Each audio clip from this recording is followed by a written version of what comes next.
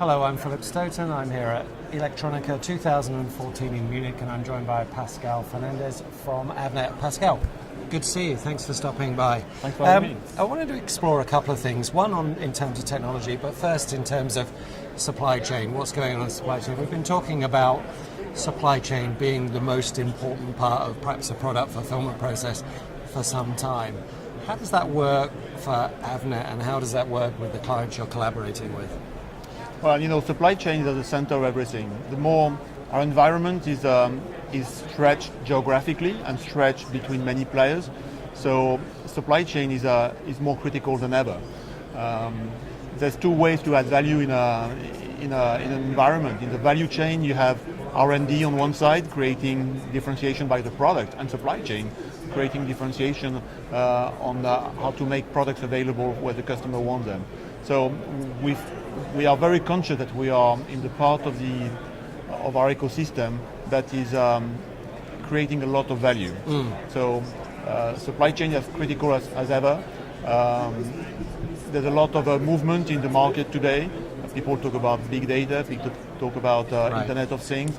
So we have all sorts of new players coming to market. It's quite fascinating, the number of startups coming out of Silicon Valley these days.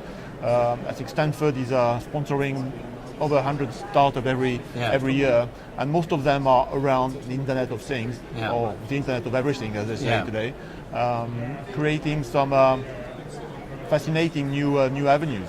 Yeah. So I look at the Internet of Everything. The term we're using at the moment is the Internet of Manufacturing, to try and bring it around the area that we're involved in. But it's really all about being up and down the supply chain.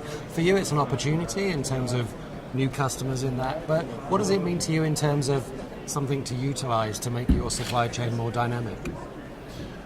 Well, communication is a key thing around our supply chain. Most of those new companies don't know anything about manufacturing. They have an idea, they have a concept, they have a piece of IP that they want to put on a piece of silicon, and they want to license people or manufacture themselves, and they want to collect royalty, or they want somebody to handle the dirty stuff. So, some of the models that we see, I mean, a company like Google, for example, today is an incredible actor in the electronic supply chain today. But yet Google doesn't manufacture anything. And they're not planning to manufacture anything in the near future. So every time a new idea comes up, from the concept, they're looking for somebody to engineer it, to industrialize it. So it makes the communication issue and the way companies collaborate around the supply chain more critical than ever. You've got to capture very quickly the design chain, and you've got to translate that and ramping up as quickly as possible to make it a product and to put it to the market. So if we have that situation, and the Google one's really interesting, I think the third element of that is they shouldn't be manufacturing. There are plenty of people that can do that. But if you have that equation, then you have to have them as the innovator, the marketeer, the brand, if you like. You have to have a company that can fulfill that product, i.e. manufacture it and deliver it to the end user, and you have to have the supply chain services around it. Who are the players in that ecosystem apart from Google and Avnet? Are they a tier one contract manufacturer? What's the team that makes that work? Well, you definitely need contract manufacturers. Sometimes you need some ODM in the process, because people from concept to products outsource some IP and part of the design. Then obviously you need somebody to put the component on the board. So that still happens with any of the tier one or two contract manufacturers, depending on the project. And then you need very often a level of integration. So you have a PCB, you have maybe a server, a laptop, a piece of display, a piece of mass storage. All that needs to come together in a box, need to be packaged, need to be labeled and sent to the end customer. So at Avnet we play upstream, providing components to the people doing the board assembly. But we also have a very strong value proposition downstream, taking PCBs, integrating it into the products, and making the final integration of the product for the end customer. So those two parts of the supply chain are two elements that we invest equally into, because we feel that's the two very important And is that the case in all markets? I'm aware you're doing some of that, particularly in, for example, the data center market. Are there particular market sectors that you feel that integration really works well in? Well, we started as a component distributor almost 100 years ago, by the way. Okay. So Avnet is so we've been following this industry ever since it's got a name. Yeah. And we very quickly found that selling components to board manufacturers was one thing, but then taking the end product to the end customer was another part of the supply chain. As far as the integration is concerned, we have a wide range of applications where we today integrate products. So from a very computer type of application where we take a HP server, put a piece of software on it, put it in a rack and ship it to a data center, for example, all the way down to much more industrial type of application, doing digital signage or display application or automation application for the industry, where it may be a motherboard in a package, and it's a variety of products, from very simple, very small integrated products to much more complex ones. Yeah. So we've made some very strong investment around the world to have integration centers that are able to communicate between each other, so we can support our customers going global with those integration applications. Yeah, and then you'll stage that product and provide that onto the not just the customer, but the customer's customer, the real end user. Absolutely. Yeah. And one of the other areas that we've talked about in the past in the marketplace is risk mitigation. Thankfully, in the last couple of years, we haven't had a Fukushima, we haven't had Thai floods, but they're always out there. Do you think things like the Internet of Manufacturing, things like big data, are improving that visibility, or is there still some cloud in terms of, or cloudiness in terms of getting that data? I think we can. There's always going to be a risk in our business as long as you have a big discrepancy between the supply and the demand side.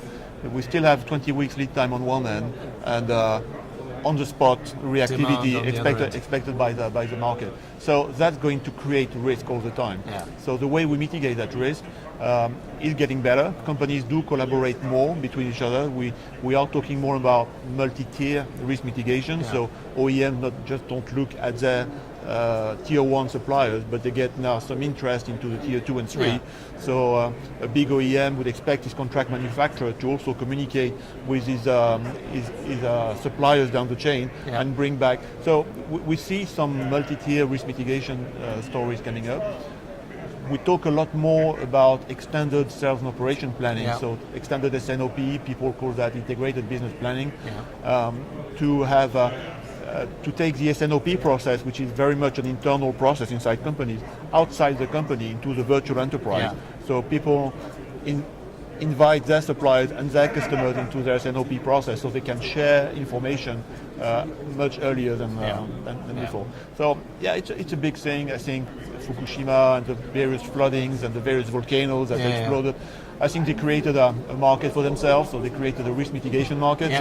So there was a little bit of it was the right thing to talk about. Yeah, 2 years ago, if you had something to say about risk mitigation, you got invited to all the conferences.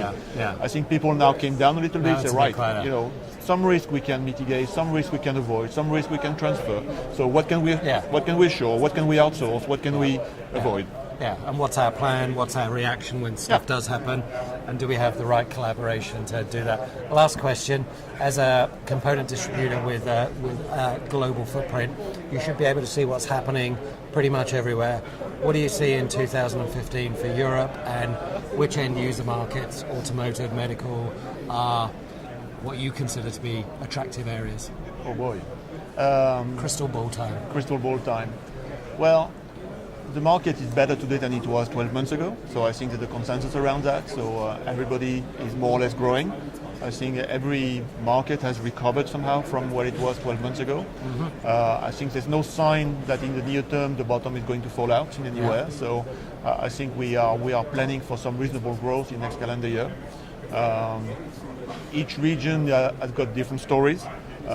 Europe is doing well for us. We are outgrowing the market, and we are very, very proud of that. US is also doing relatively well. Asia is growing rapidly and still growing rapidly for us. So it's overall the picture is relatively positive, and especially for Avnet. Yeah. And what about sectors like automotive? Is that a sector that you're seeing more in? Because there are more and more electronics ending up in our cars. Automotive is fascinating. I mean, the electronic content in automotive is now the number one spend for material in the automotive world. So even if the automotive market is flattish or growing slightly, because the content keeps growing, then it's a booming market. The interesting thing about automotive is as they embrace new technologies in the car, it brings all sorts of new players into the equation. 20 years ago, electronics in automotive was the ignition, so it was power, transistors, it was that sort of application, engine management type of story. Now today, it's the web. Today it's everywhere. So today we talk about cars that are going to drive themselves. You're talking about infotainment, obviously, and then you bring technologies in the car that were not in the car before. So you get lots of DRAM in the car. You get lots of internet connection devices. So people doing. I don't want to give any specific names, but people who were in the telecom world before find themselves in the car the automotive and world, discover all sorts of new problems because the automotive supply chain is very different from the comm supply chain. So, if you're in the automotive world, you need to qualify products forever, for example. In the consumer world, it's different. And you expect manufacturers to keep supporting the product for the next 10 years. If you're putting a DRAM in the car, then you can be sure that DRAM will have to change the next 2 years because it won't be manufactured anymore. So, absolutely. Interesting. So a collision of two supply chains, but where you, who operate in both, should be able to add value. Well, the more complex the world is, the more companies such as Avnet have a role to play, because we are here to embrace the complexity for our customers and suppliers. So the more complex, the more challenging the world becomes, the more it gives us an opportunity to add value and to help our partners. Fantastic way to finish. Pascal, thank you for your time. Thank you, Philip.